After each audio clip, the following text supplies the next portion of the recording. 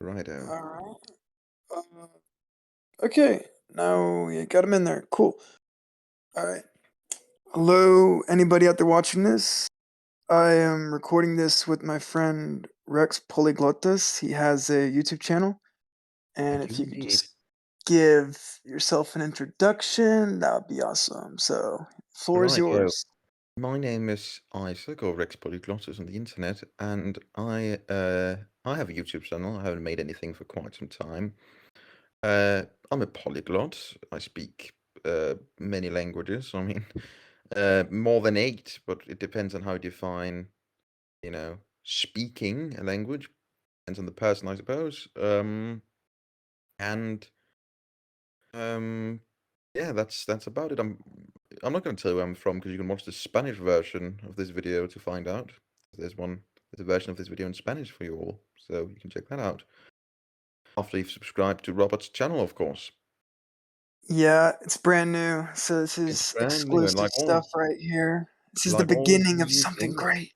Oh yeah, you'll get more subscribers than me at one point. I assume this is the beginning of something amazing. And like all new things, it needs care and attention and whatnot. I would say something else, starting with L, but I'm not because I don't use that word. I've decided. Robert is the only one who knows what I'm talking about. But anyway, it doesn't matter. We'll leave it Um, at that. righto. So, Robert, Anyway, let me see where can we take this to start out. So we recorded a interview in Spanish around roughly 30 minutes. I think if anybody's learning Spanish, it's a great it'd be a great thing to listen to because yeah, we were just you can see how people have progressed that have actually learned the language themselves. Neither of us are native speakers, but I would say we can both call each other Spanish speakers because we communicated without problem for 30 minutes about a variety of different topics. So that was cool. I'm gonna upload that before this one, so that we do should indeed. be on my channel. And anyways, so now that this is my channel, I guess I'll be asking some questions. Got to keep things interesting. So what was your motivation to become a polyglot and learn all these languages? Well, that's a good question. I don't actually know. So originally, I learned English when I was about 8 years old. It was an accident. I mean, Okay. I watched lots of movies and stuff, and I sort of picked it up naturally. And then, I grew up in the age of the internet, so I used it a lot. I had lots of online friends, and that's how it got good. I read lots of books as well, when I was like 12, maybe 10, whatever. So, I would say that my English is probably better than my native language. I would indeed consider it my second native language. But after that, I had a tiny bit of German at school. I hadn't learned anything because you don't really have a language at school, but I knew a bit. I knew how to count and introduce myself and whatnot. Not much more than that, but that was a good place to go from, I suppose. So when I was 15, I decided to learn German, just because I actually hated it at school, but I thought I'm a big history buff, especially back then, but I still am, and I was reading a lot about the First World War, and I'd been reading Im Westen nichts Neues, All Quiet on the Western Front in not in German, sadly, but I'd been reading that during the summer, and I thought, you know what, this is quite this is quite an interesting period of history, and Germany is a rather interesting country. It really is. I always thought it was a very beautiful language, and I knew a bit of it. So I thought, I'll learn German. And I had no clue what I was doing at first. I just went online and I listened to stuff. And I watched YouTube videos because I remember that I remembered how I learned English, which was just by watching stuff. So I thought,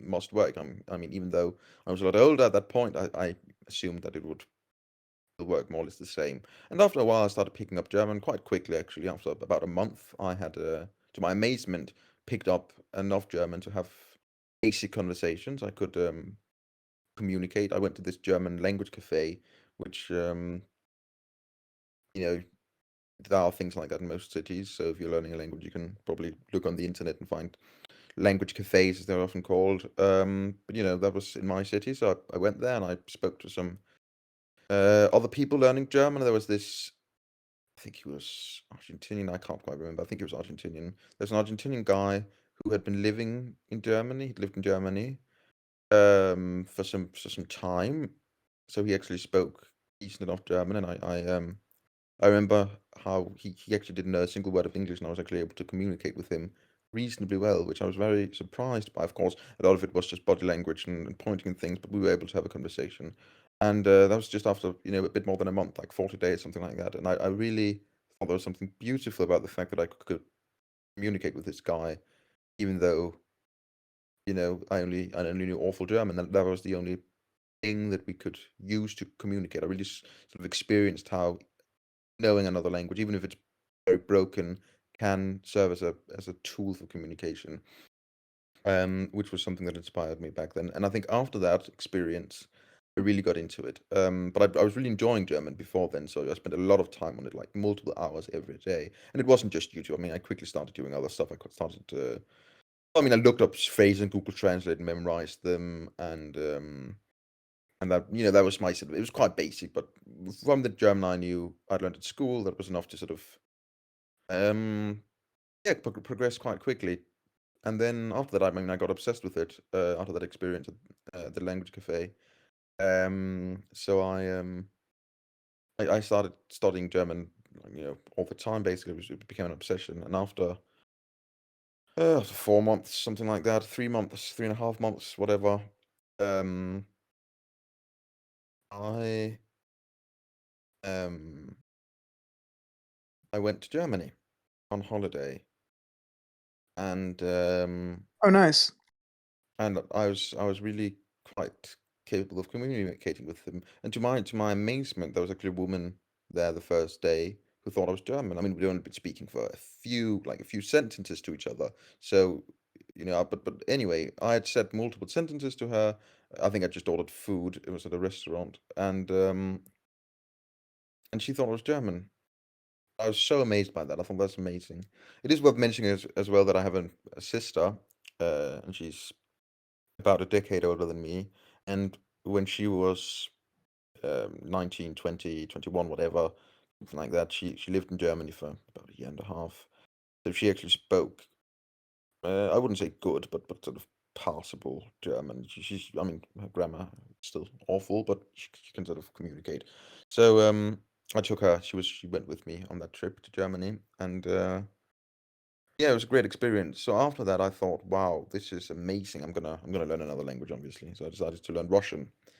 And by then, I had sort of gotten quite curious about this whole polyglot movement, polyglot, whatever you want to call it. And I'd watched multiple videos by Steve Kaufman, Benny Lewis, whatever, some of those famous YouTube polyglots. I thought that was quite Shout nice. out to those guys.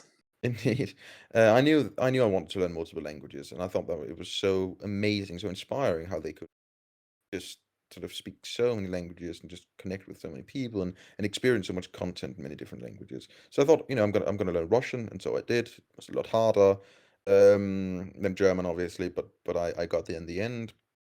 There was this Russian Center for Culture and Science or something like that. They exist in quite a lot of European cities, and there was one of those close to where I lived. So I went there. They had a language cafe as well, Russian language cafe, and I went there I can't remember, I think it was every Wednesday, to speak Russian with them, and I thought it was such an interesting way of learning about another culture and learning about from a different perspective, right? Learning about the history of Russia, the Soviet Union, the Russian Empire, Peter the Great, whatever, what have you. I thought it was all fascinating, and I watched lots of Russian movies, and that's really when I became fully obsessed with languages. And after that, I just I kept on learning new languages. I never stopped. And of course, as is the case when you speak lots of languages, some of them do get rusty. Some of them you do forget things. There are languages I haven't spoken in a very long time. It has actually been about 2 years since I really used my Russian properly, sadly. So that does happen. That's the sort of curse of the polyglot.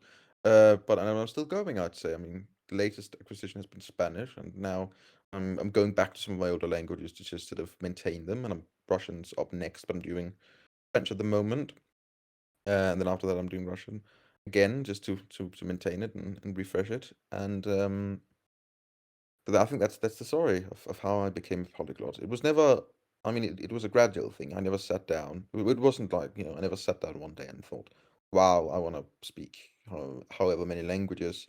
No, it was just sort of just came to me. I'd say it was just a sort of one language at a time, and then eventually I spoke multiple languages, and then um, I was still enjoying it. So I thought, why not go on? And I think it's something that stays with you. I mean, every language you learn is something that will stay with you for the rest of your life. At least that experience of having learned it and discovered that culture from a different perspective. That is something that you will change your life. Even if it's just one language that you're learning, it will really give you some new perspectives on the world. So Oh yeah, no doubt. That's a really interesting story.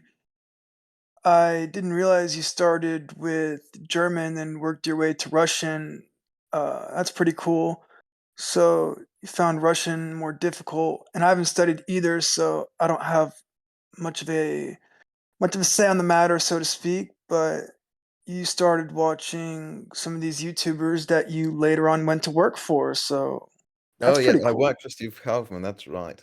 A lot of people don't know that, but I did do translations for him some years ago. Yeah, that's right. Awesome. Yeah, that's cool.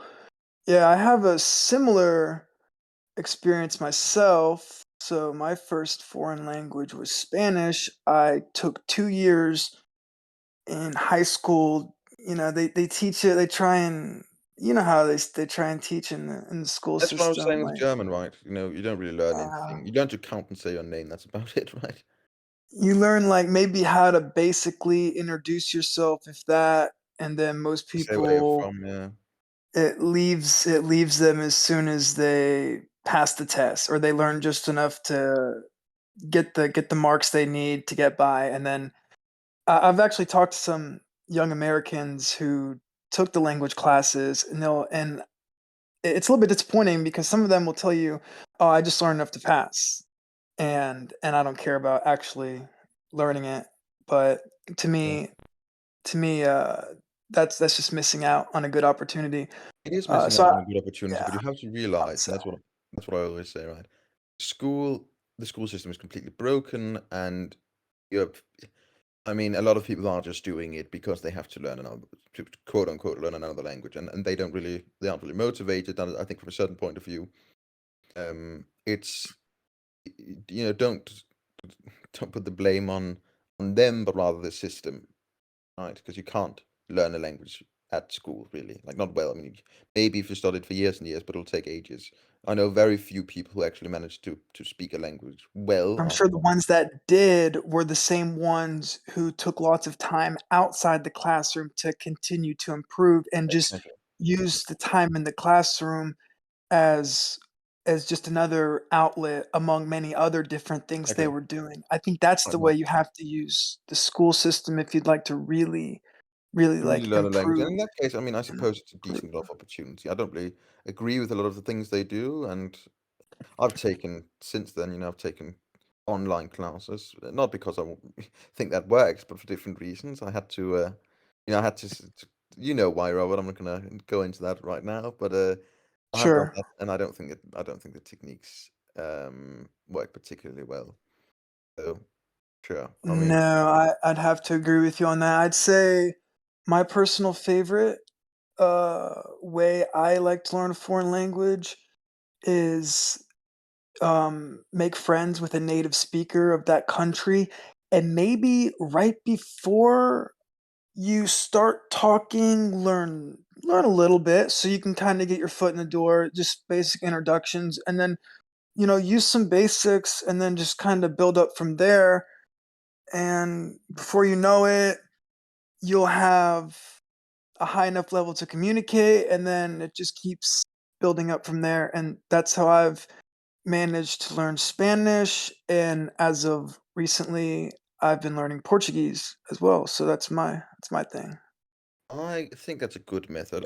That's not what I do. I'm a sort of I mean, I am these days, I am a bit more traditional in my methods. Not that, and by traditional, I don't mean textbook. I would never, but I mean, I am, I'm an Boring? old-fashioned guy, right? You know that. You know me, Robert. I like Sure. accuracy. I like all of that. So I always spend a lot of time on the grammar as well. But I think the order in which people usually learn languages is all wrong, right? Because you have to learn the words first and then the grammar largely. So what I do is I listen a lot.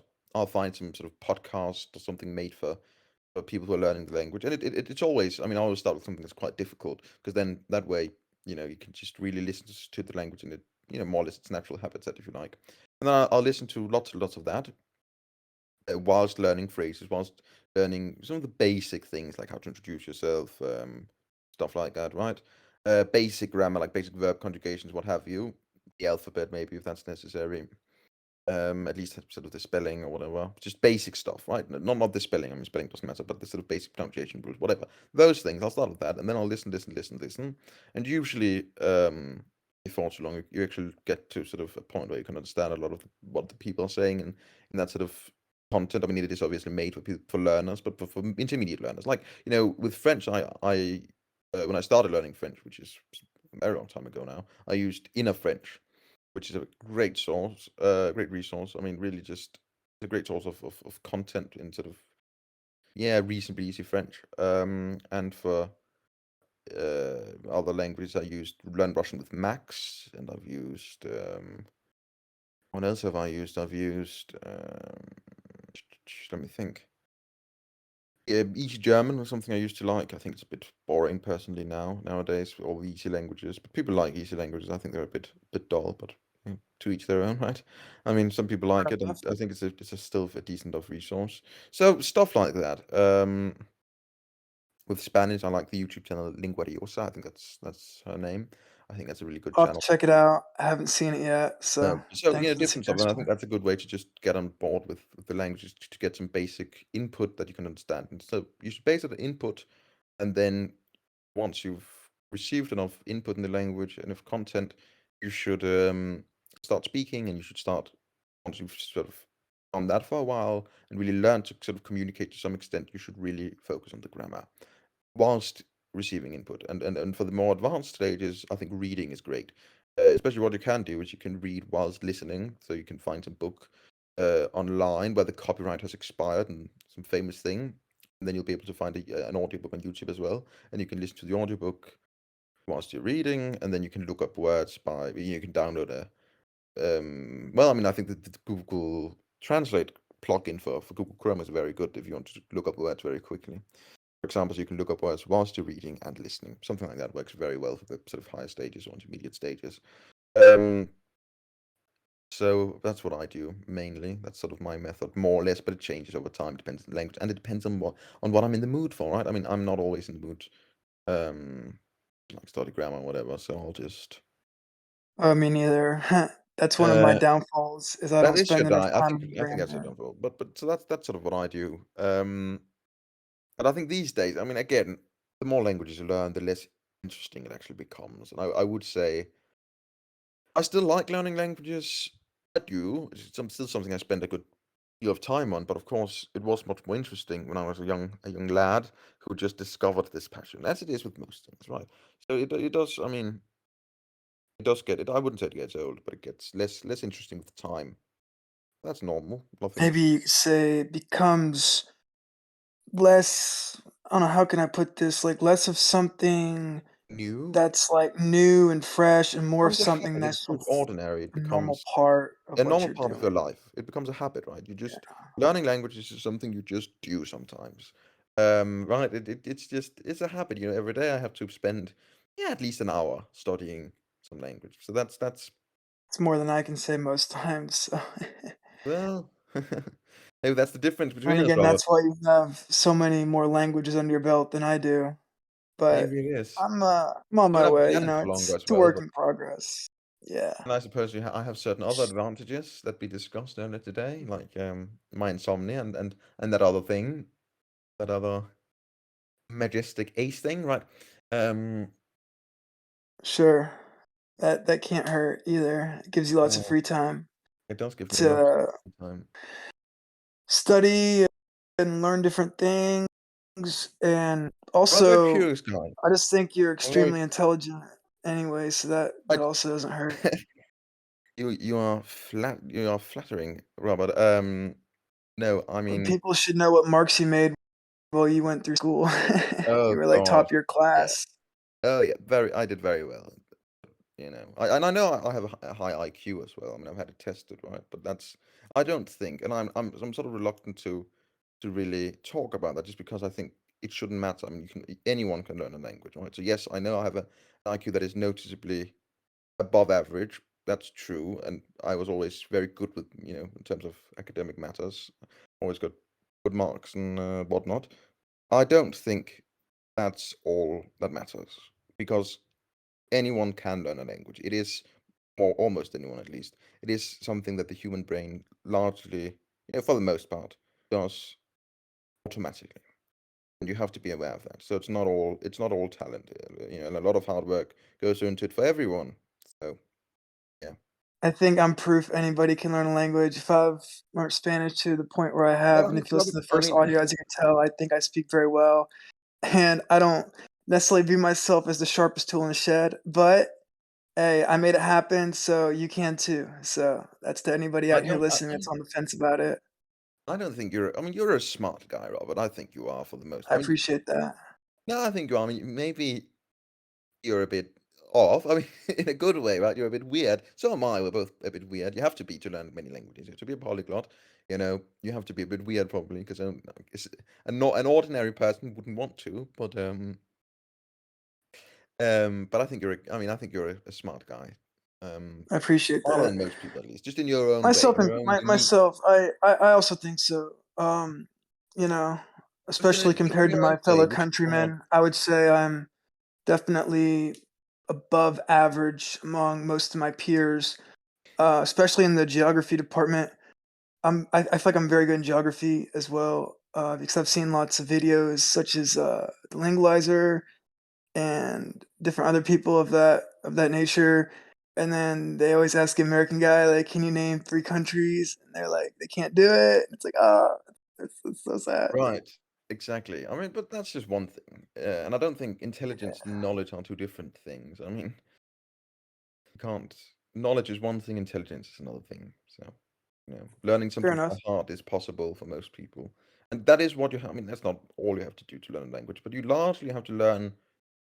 But it is something the brain does automatically. And I really want to stress that. It isn't just studying grammar and vocabulary. It really isn't. It is about input. It is about experiencing it. It is about becoming. Um, a person who speaks the language. It's about making yourself a a speaker of that language, right? I mean, it's a process. It's not something that's just started. It's partially started, but it is lived, right? Oh, for sure. And when you make that transition from the language just being like white noise and you can't make anything out of it to like actually understanding, I would say a large majority of what they're saying, it's a really special experience. I recommend everybody tries to at least give their best shot at. Absolutely. I think it is something everyone should try to do at least at some point in their life, just because Americans, we're talking to you. we are talking to you. It is something that Yeah, changes who you are. So I'd recommend it. Definitely.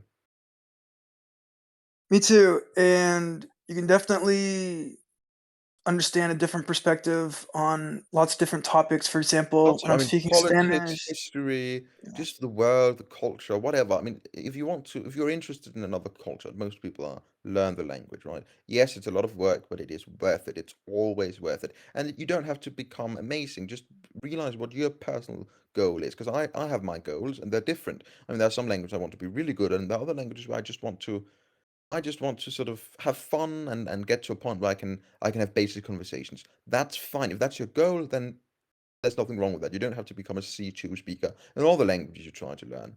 It's about what you want and about enlightening yourself. And that's what it is. It's there's a no form of wrong way to go about the situation, exactly. And it is a form whichever of makes enlightenment. I think it is it is a way of becoming a more enlightened individual and who sees more nuances in everything. Which is yeah. I think that's the true goal. So one goal is communication, but the other goal is really reaching that sort of deep understanding of the world.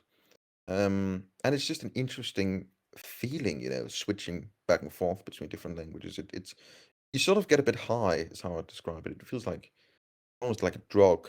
Just sort of, it's a weird feeling. Yeah, I agree.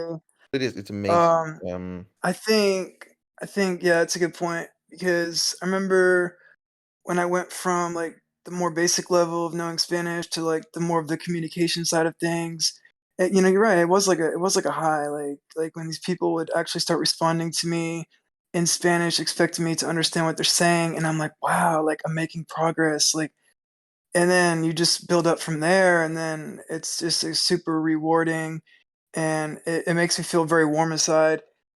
Oh, And it gives me an experience I really haven't had until I've gone this route, so it's something I don't think you can really understand until you've been there yourself. exactly. Um, So, yeah, and then, any plans for Portuguese? I know it spikes your interest, but you haven't started yet. yeah, so Uh, as I said earlier, right, these days I'm revisiting my old languages and sort of managing okay. them a bit because I don't want them to be too rusty. So yes, I will learn Portuguese and Italian one day. When's that gonna be? I don't know. I don't know yet. Once I've sort of Okay. brushed up on some of my older languages, and then I would like to be better at Latin, which is something I've been learning. A very, it's been a side quest, is what I would describe it. It's always been on the side. It's never something I've sat down and focused on. I've just sort of every now and then I've taken some time to read in the Lingua Latina per Illustrata series or Familia Romana series of books, and just sort of picking up Latin that way. And I've learned a lot, but I wouldn't say I've never spoken it with anyone because, I mean, for obvious reasons. It's not like there are a lot of Latin speakers out there, but they do exist. And I mean, Oh, I've for learned a lot. sure. I can understand a lot, but I'm not at a point where I can. I'm not at a point where I can just open like this thick book and just understand every word of it. Like I can't read, like, if I were to read Cicero, I'd need to look up a lot of words. Um, so I've gotten quite far, but I still have some work to do. So I would like to improve my Latin. I would really like to get back to Mandarin because that's a language I spent a good deal of time on, and then I just haven't really used it at all for 2.5 years. So it's gotten Mandarin would be it's got useful it in is. I mean, United States so if you ever I spoke decide recently. to come over there. I was at a family gathering, and there was a young lad who was half Chinese, and I spoke some Mandarin with him, and I was able to get by surprisingly well, actually, considering I haven't spoken for a long Oh, time. congratulations. He actually It's a said pretty big deal. he really praised my Mandarin a lot, but I wouldn't say I'm not very good at it. I mean, I can say basic stuff. I can basic conversations. I can about whatever. Just Learned a couple words here and there, but nothing beyond. I was a fan of Lao Shu, so I picked up some of oh what he yeah. was saying just so I could read the comments, and then I could Um, kinda make out what he was saying. So I learned, like, a couple words here and there, but nothing further. That's one that definitely sparks my interest because, for obvious reasons, that's a very, like, important language among our world, so it's It is number a 1 very important spoken, language, and I think it's a uh, very natively. it is, and it's a very I think it's a very beautiful language as well. I know a lot of people think it sounds weird, but I love the tones. I love the sort of sound Yeah. of that. So for me, it's and it's a very interesting language with a rich culture and history behind it. So, but it's something I would like to get back to. But again, there are only 7 days in a week and only 24 hours in a day, so it's not like I have all the time in the world. Especially because I have other things to do. Lots of other things to do, lots of projects going on, and it's not like I can dedicate all of my time to languages. Sadly, that would be nice, but that's life. You Um, get sick of it after a while, And you do. you I mean, I need to have had change it up periods of every my now and then. life where I was just studying every second, not every second, but like 5 hours a day. Like when I was learning Spanish in 2 weeks, uh, which I have recorded on my YouTube channel, so you can see the progress I've Check it made. out. Everybody Indeed. check it out, it's a Um, great series.